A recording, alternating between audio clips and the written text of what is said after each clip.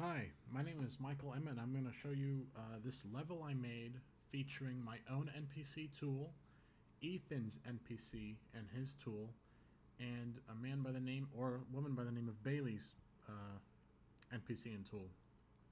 So, to start off, we have the Professor Kavon's Clown as the main player, and ideally, I'll show you everything in action after I explain what's supposed to happen.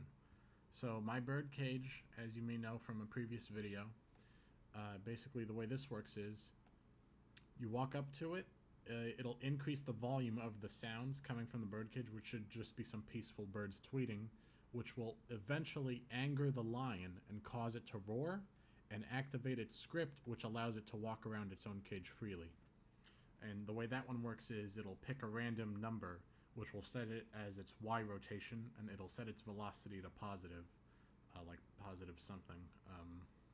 Check that real quick. Yeah, speed of 2. So Ethan's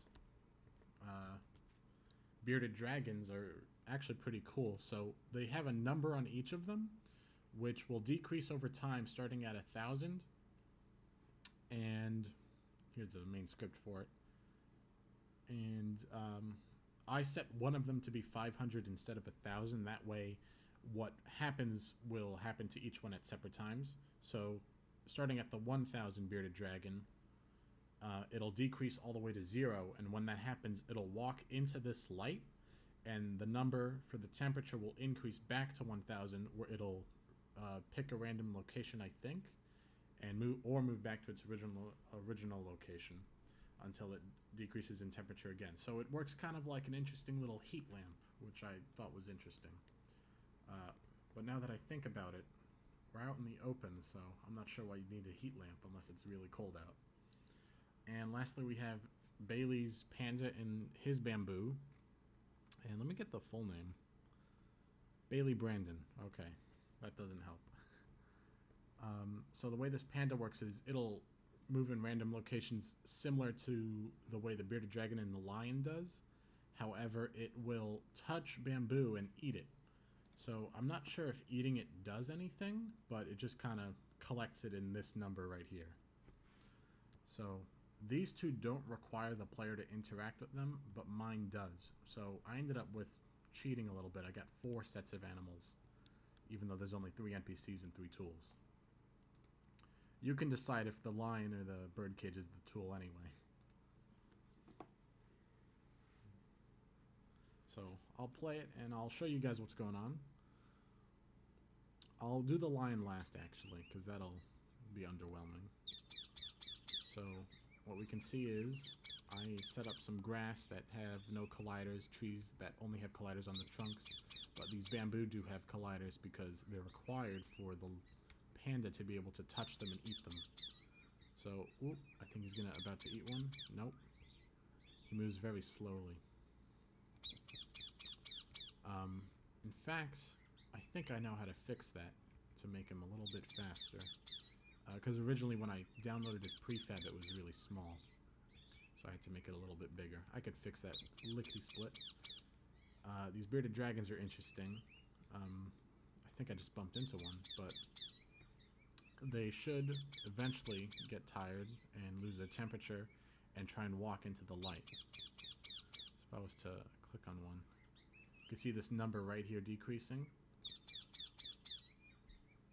And when he walks into the sun, the heat lamp, he'll get bigger. He managed to get on top of the fence somehow, but whatever.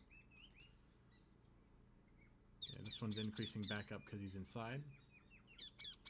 And when it gets to 1,000, he should leave. There we go. Now the other one's increasing. And when it gets to 1,000, he should leave.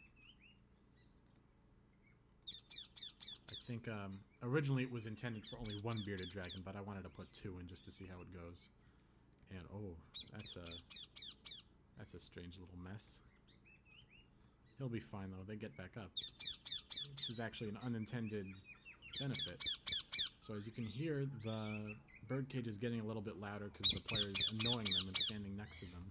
You know, nobody wants anybody just staring at them.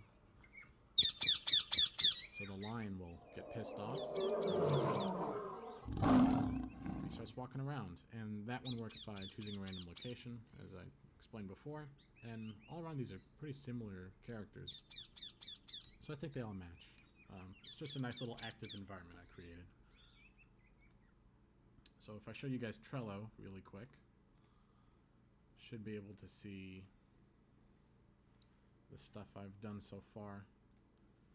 I made the map, created the terrain, modeled, instead of bushes I actually did leaf bundles. I could have swore I changed that. I tested there should be no colliders. I did the trees. I put in the I made cages actually are all from the original lion cage I had. I just changed the texture to be the wood texture I made for the bird cage. That's pretty basic. To go over this, I haven't finished every little thing yet, but I'm going to do that after this recording. And I set all this up. Basically, this was just explaining how, what steps I would take in what order. So, you know, the story was already set up in the last project last week. And I basically explained every little step I did. And that's about it. I mean, there's not much left to go on for this recording. So thanks for watching. My name is Michael Emma, and I hope you have a pleasant day. Bye.